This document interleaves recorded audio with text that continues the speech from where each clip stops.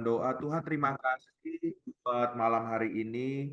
Kembali Engkau mengumpulkan kami untuk kami diajar dan belajar kebenaran firman Tuhan. Bahkan kami akan sharing satu sama lain. Karena kami tahu bahwa firman-Mu adalah kekuatan buat setiap kami. Dan Kau berikan kami telinga hati seorang murid yang terus mau belajar. Biar agar kami semua mengalami pertumbuhan di dalam Kristus. Urapi setiap kami yang hadir, bahkan dari awal sampai akhir pertemuan ini lawatan-Mu terjadi. Terima kasih Tuhan, kami siap mendengar sabda-Mu yang kudus, hanya dalam satu nama yang ajaib, dalam nama Tuhan kita, Yesus Kristus. Haleluya, sama-sama kita katakan amin. Oke, baik teman-teman, puji nama Tuhan, shalom semuanya. Ya, haleluya, apa kabar semuanya? Ya, saya berharap setiap kita semuanya ya kabarnya baik, bukan hanya sekedar baik, tapi kabar kita luar biasa karena kita adalah orang-orang yang luar biasa di hadapan Tuhan. Ya, puji Tuhan, senang sekali mendengar setiap kali kita kumpul seperti tadi, sesi belum mulai, tapi kita sudah seru sendiri, ramai sendiri. Nah, itu membuktikan bahwa hubungan kita ini ya bukan cuma sekedar ya rutinitas, tapi sudah terjalin kita sebagai keluarga di dalam Tuhan. Puji nama Tuhan, dan ini tandanya sesuatu komunitas, sebuah komunal yang sehat. Sekalipun kita tahu tadi ya sempat kita di pengurus Ike bilang ya capek, wah macet jalan. Tapi kita lihat hari ini Ike tetap semangat mengikuti Komsel. Thank you Ike, luar biasa. Wow, keren, keren ya. Puji nama Tuhan. Baik teman-teman terkasih dalam Tuhan, kita akan langsung sharing kebenaran firman Tuhan supaya nggak lama-lama dan kita bisa lebih banyak waktu untuk kita juga tukar pikiran dari apa yang didapat. Nah, malam hari ini saya akan berbicara tentang sebuah topik, yaitu topik tentang leadership, tentang kepemimpinan.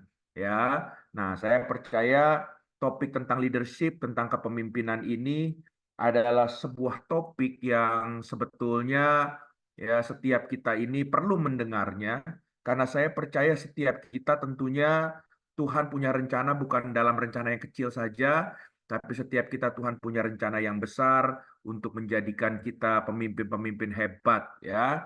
Oke, baik kalau gitu teman-teman terkasih dalam Tuhan.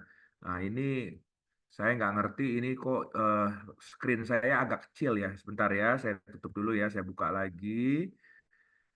Oke, atau sebentar. Sabar ya teman-teman ya. Haleluya, haleluya. Oke, oke.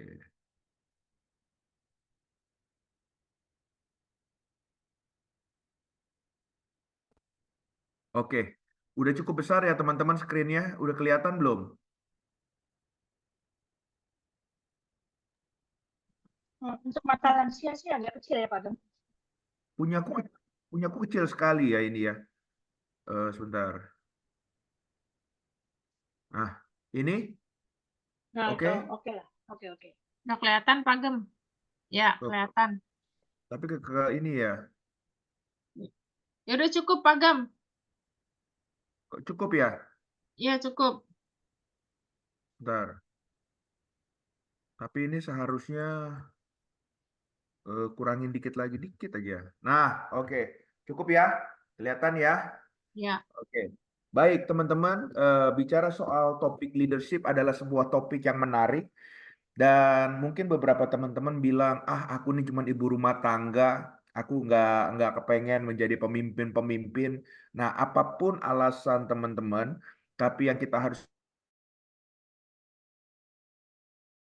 belajar bahwa sebetulnya penciptaan kita dengan benih yang luar biasa. Bahkan kalau teman-teman melihat ya dalam secara biologis ya, secara bagaimana seseorang itu tercipta, itu kan dari sel sperma dan sel telur yang menyatu, betul? Nah, kalau teman-teman melihat dari sekian banyak ya, karena kita sudah dewasa semua, waktu suami istri melakukan hubungan badan ya, ini dengan suami dan istri yang sah ya, maksudnya ya, untuk maksudnya melahirkan keturunan, kita harus tahu bahwa sperma yang dikeluarkan itu berupa cairan yang cukup banyak, tapi sebetulnya itu bagian dari sperma-sperma yang sedang berjuang, ya berenang, ya dari sekian banyak, cuma satu yang bisa menelurkan sel telur tersebut. Artinya begini, dari awalnya pun kita sudah ditakdirkan untuk menjadi pemimpin. Ya, yang menang, yang bisa menelurkan itu, saudara, dari sel sperma. Artinya Tuhan sebetulnya sudah ciptakan sedemikian rupa. Seseorang itu bukan diciptakan untuk hal-hal yang kecil, tapi untuk hal-hal yang besar. Makanya setiap orang itu harus punya jiwa kepemimpinan, sekalipun mungkin kita belum jadi pemimpin.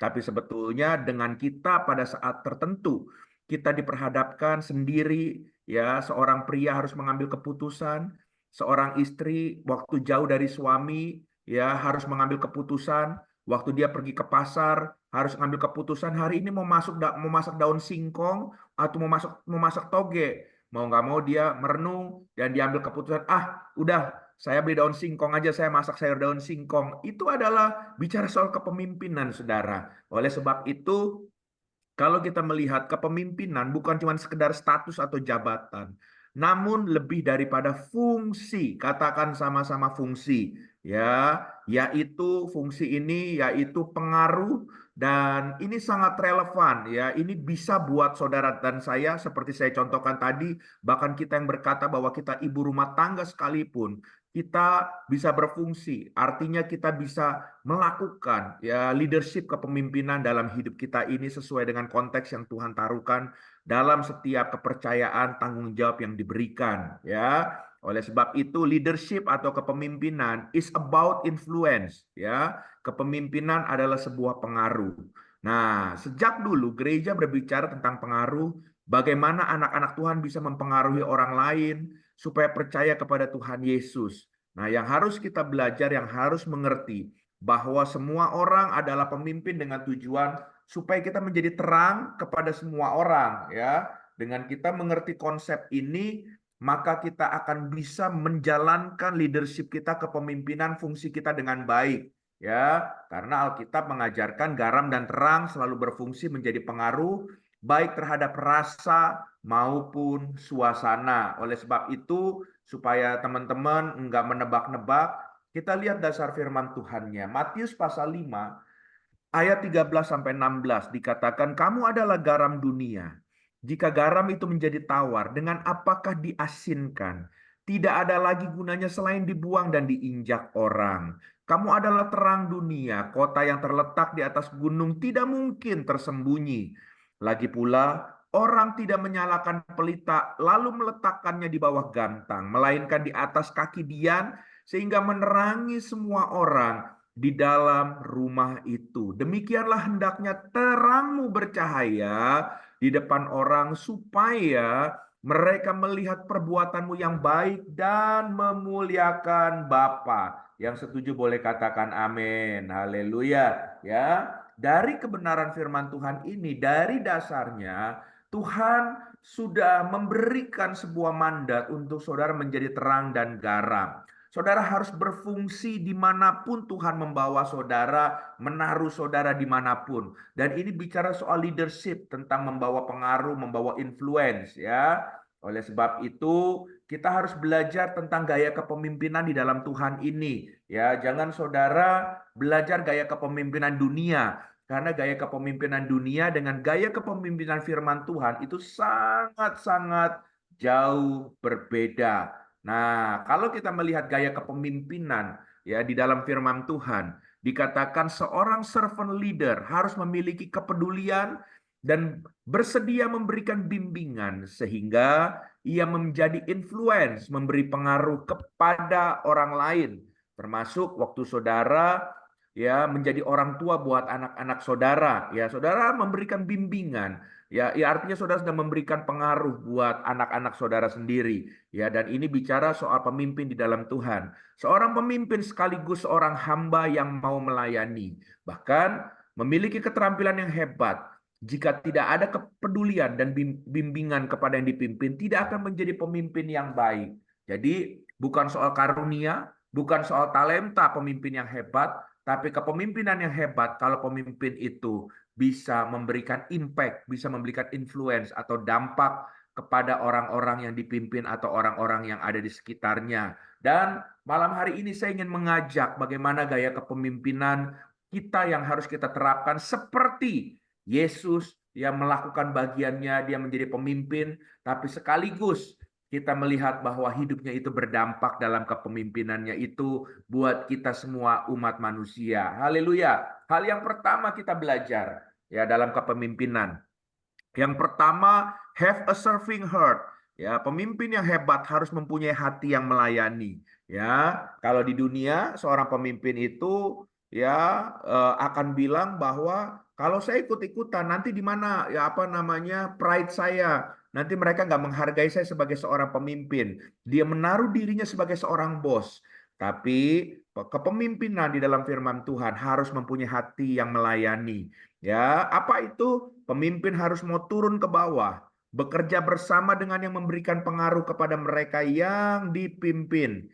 Makanya sampai hari ini, walaupun saya sudah menjadi seorang gembala, saya memberikan contoh dengan saya melayani sampai turun ke bawah. Bahkan kalau saya lagi nggak khotbah, saya kadang-kadang bersama-sama dengan mereka jadi asyir di pintu depan gereja menyambut tamu.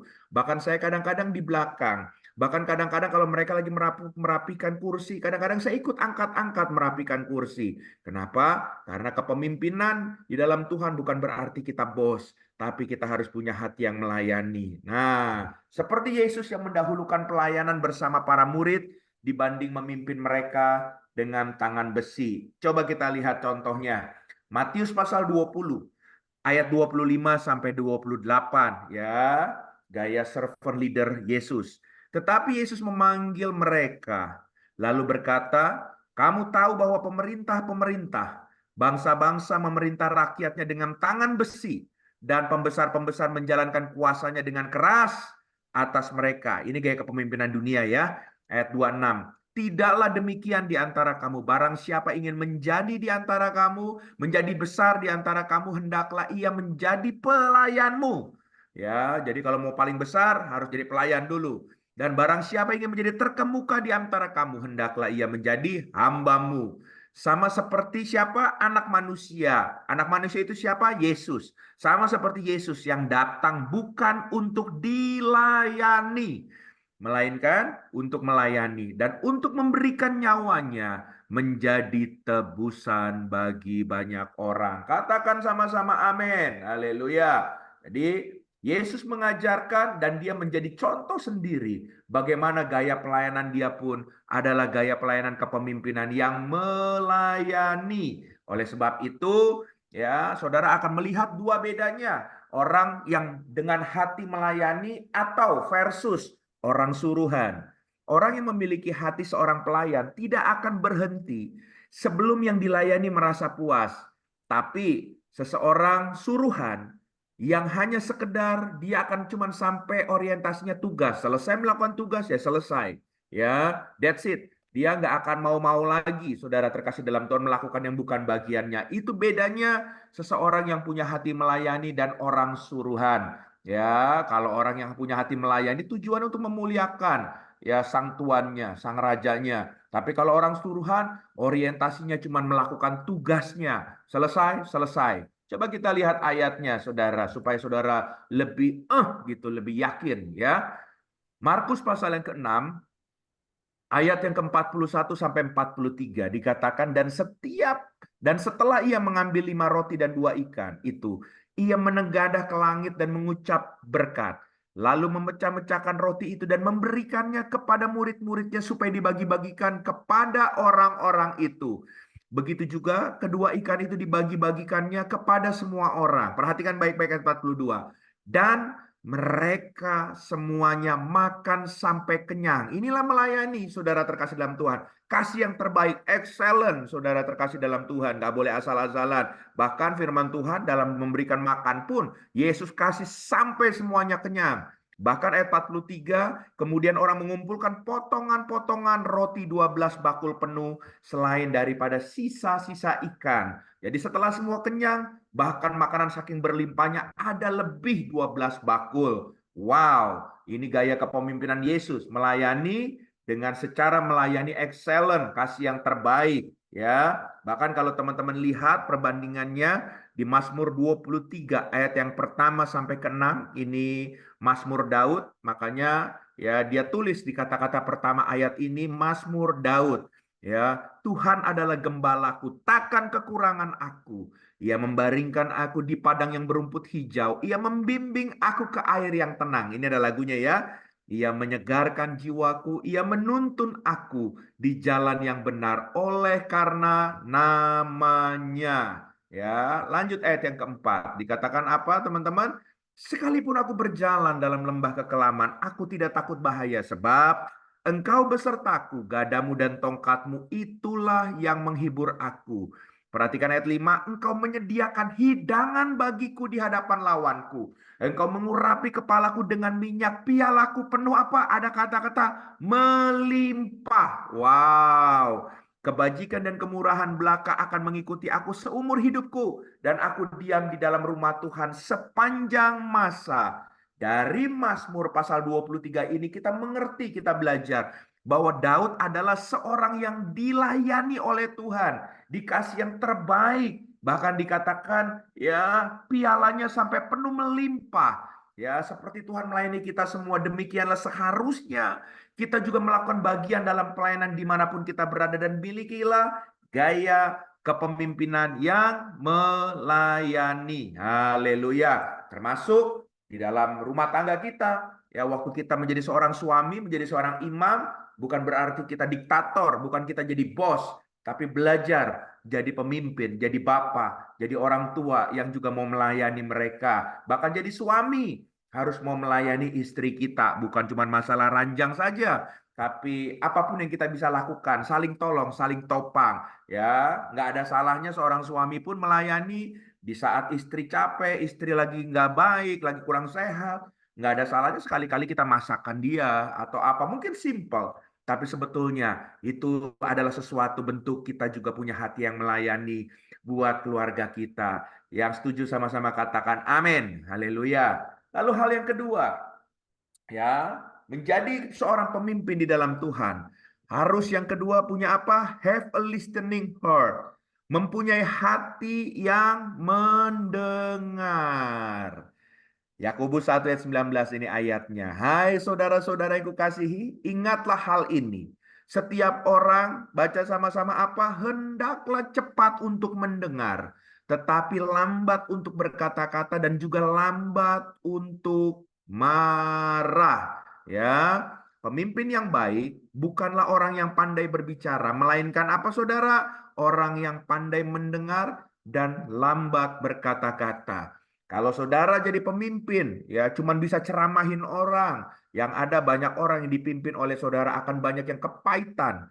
Atau dia tanpa mau penjelasan karena dia bilang saya percuma ngomong sama Pak Bos, sama papa saya, sama apa. Tiba-tiba dia meninggalkan saudara. Kenapa? Karena kalau dia ngomong, saudara nggak mau kalah. Haleluya. Tapi kalau saudara punya hati, punya telinga yang mau mendengar sebagai seorang pemimpin keluh kesahnya, pergumulannya, saudara bisa menjadi bapak, bisa menjadi mentor. Saya percaya orang-orang dipimpin oleh saudara pun akan nyaman dan kepemimpinan saudara pasti akan menjadi kepemimpinan yang kuat karena mereka juga merasakan ada hubungan yang baik dengan saudara. Haleluya. Jadi milikilah hati yang mau mendengar. Kalau hari ini saudara diberikan tanggung jawab dalam kepemimpinan, memimpin istri, memimpin anak, berikan juga telinga yang mau mendengar. Banyak terjadi perselingkuhan karena ya pasangannya nggak punya telinga untuk mendengar, nggak punya waktu untuk mendengar. Sehingga waktu dia mau curcol, ya ketemulah orang-orang yang nakal yang mengganggu dia. Akhirnya dia ngomong sedikit, dia pancing, dan dia merasakan ya ada tempat untuk di mana dia juga bercerita. Ah, ini bahaya, saudara. Ya, oleh sebab itu buatlah pasanganmu daripada nyaman sama orang, harus yang benar itu yang sehat hubungan suami istri, nyaman dengan saudara. Kalau saudara mau punya telinga yang mau mendengar.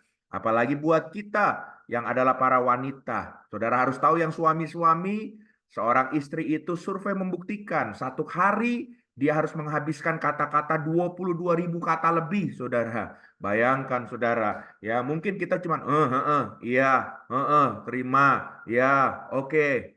Tapi saudara dia puas kalau dia bisa ngomong, ngoceh dan kita jadi pendengar sebagai seorang suami. Haleluya. Ya, dia sudah merasa kebutuhannya terpuaskan dengan telinga kita. Oke, hal yang ketiga untuk menjadi seorang pemimpin. Nah, ini yang paling penting dan ini sangat jarang sekali disampaikan kepemimpinan di dalam Tuhan, yaitu learn to lead yourself.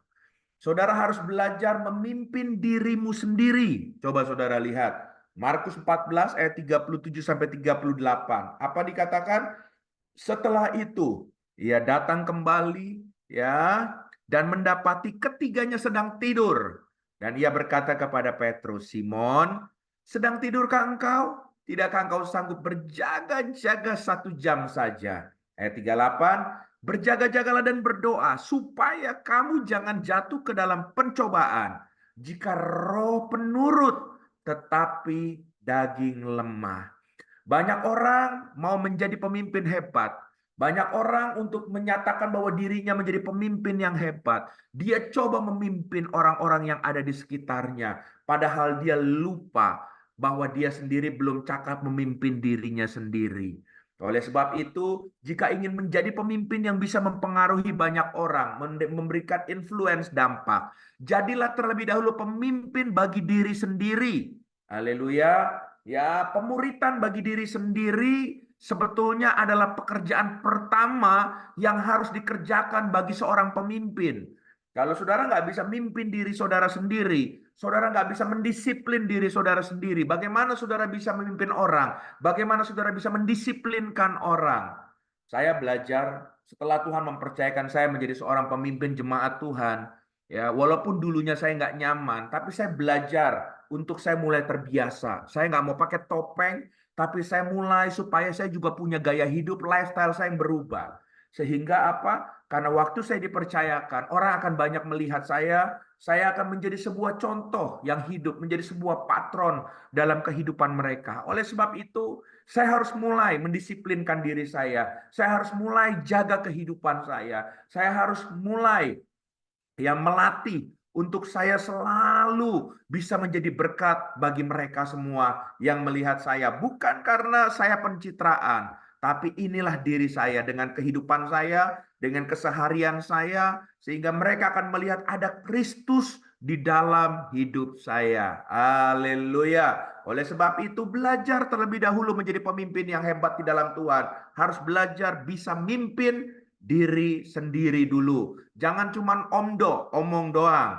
Ya, saudara bisa kasih perintah, tapi saudara juga nggak bisa melakukannya. Kasih contoh. Daripada saudara merintah-merintah, kasih contoh dengan keteladanan hidup saudara sebagai seorang kepemimpin yang dipercayakan Tuhan dalam kepemimpinanmu. Itu akan jauh lebih powerful kalau mereka melihat bahwa kita sudah menjadi pelaku terlebih dahulu. Coba kita lihat sama-sama. Matius 23 ayat yang pertama sampai dengan yang ke-6 ya. Saya akan segera selesai, nggak usah khawatir teman-teman ya. Saya akan baca, mari kita simak baik-baik.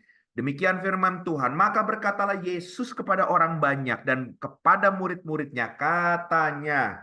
Perhatikan ya.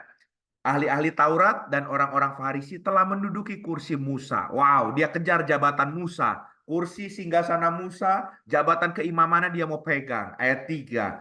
Sebab itu turutilah dan lakukanlah segala sesuatu yang mereka ajarkan kepadamu. Tetapi janganlah kamu turuti perbuatan-perbuatan mereka. Karena mereka mengajarkan tetapi tidak melakukan. Ini Yesus kasih tahu ya. Ajarannya ajaran yang benar. Tapi mereka bukan pelaku, jangan kamu ikutin. Ya, mereka nggak jadi berkat, nggak jadi teladan. Ayat 4. Mereka mengikat beban-beban berat lalu meletakkannya di atas bahu orang. Ya, karena semuanya disuruh-suruh sama dia untuk menjadi pelakunya. Tetapi mereka sendiri tidak mau menyentuhnya. Mereka tidak mau melakukannya. Haleluya. Ini ahli Taurat orang Farisi. Ayat 5, semua pekerjaan yang mereka lakukan hanya dimaksud supaya dilihat orang. Bahasa keren hari ini pencitraan ya.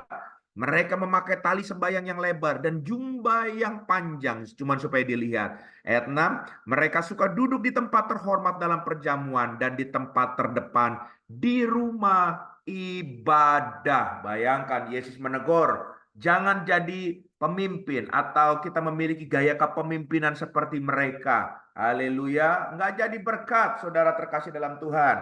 Oleh sebab itu, untuk menjadi pengaruh, menjadi berkat bagi orang lain, kita harus diri kita sendiri adalah pemuritan yang pertama yang harus dilakukan. Kita harus memuridkan diri kita sendiri. Kita harus latih. Sebelum kita bilang, sama anak kita, nak, kamu harus pagi-pagi saat teduh. Saudara harus melakukan terlebih dahulu. Disiplin, sekalipun saudara capek pulang malam, pulang kerja. Mulai latih, ya, disiplinkan. Saudara malas hari Minggu ibadah, lakukan itu kalau saudara pengen supaya anak-anak saudara juga takut akan Tuhan dan beribadah kepada Tuhan.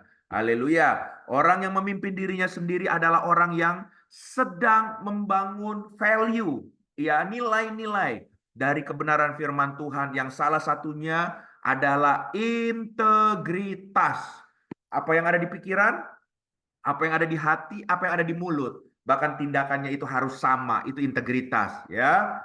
Yesus sudah menjadi teladan terbaik bagaimana menjadi pemimpin yang baik. Oleh sebab itu, kesimpulannya, leadership adalah have a serving heart, have a listening heart, and learn to lead yourself. Memiliki hati yang melayani, memiliki hati yang mendengarkan, dan belajar memimpin diri sendiri. Kalau saudara lakukan ini, menjadi pemimpin, kingdom leader, ya, dampaknya 1 Petrus 5 ayat yang kedua sampai keempat. Ini terakhir, saudara boleh ikut baca sama saya. 1, 2, 3. Gembalakanlah kawanan domba Allah yang ada padamu.